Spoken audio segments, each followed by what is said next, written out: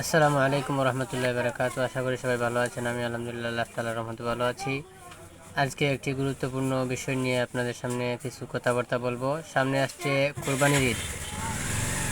এই ঈদের মধ্যে মানুষ বিভিন্ন রকমের গরু ছাগল ঘোড়া গরু ছাগল ভেড়া দুম্বা উট ইত্যাদি বিক্রির জন্য কুরবানির পশু হিসেবে মাঠে বাজারে তুলবে। তো এগুলার মধ্যে অনেকেই দেখবেন অমুকের নাম তমুকের নাম রেখে গরুর ডোনাল্ড ট্রাম্প তাহেরি ইত্যাদি ইত্যাদি। ভাই দেখেন, এগুলা আসলে বাস্তবে ইসলাম শিক্ষা দেয়নি যে একটি গরুর নাম আপনারা একজন মানুষের নামে রাখবেন, চাহে সে হিন্দু হোক, খ্রিস্টান হোক, বৌদ্ধ হোক, মুসলিম হোক। এগুলা ঠিক নয়। এই জন্য এগুলার থেকে আমরা বেরিয়ে আসতে হবে। আল্লাহ তাআলা আমাদের সবাইকে সঠিক বুঝদান করুন।